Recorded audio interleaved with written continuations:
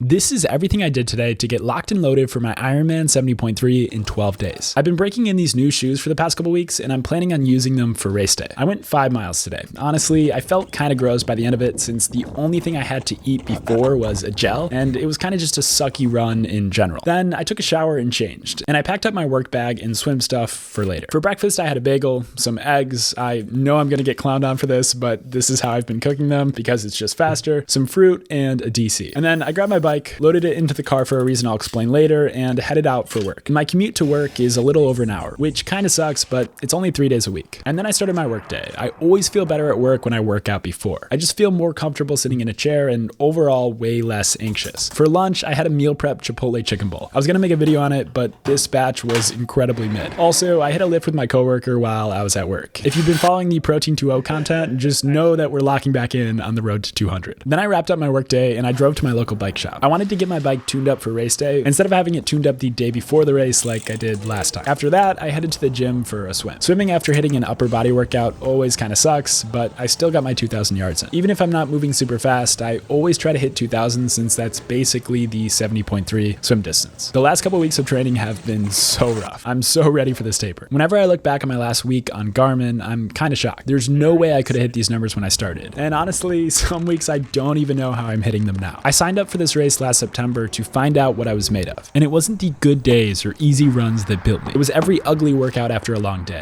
Every early morning run I didn't feel like doing. Those moments made me. The confidence I have now doesn't come from a finish line or a number on a clock. It comes from knowing I kept showing up for myself over and over when no one else would have known if I didn't. Because belief isn't built when it's easy. It's built in the quiet, private moments when it's just you and a choice. And when it finally pays off, you won't need anyone else to tell you it's real because you'll already know.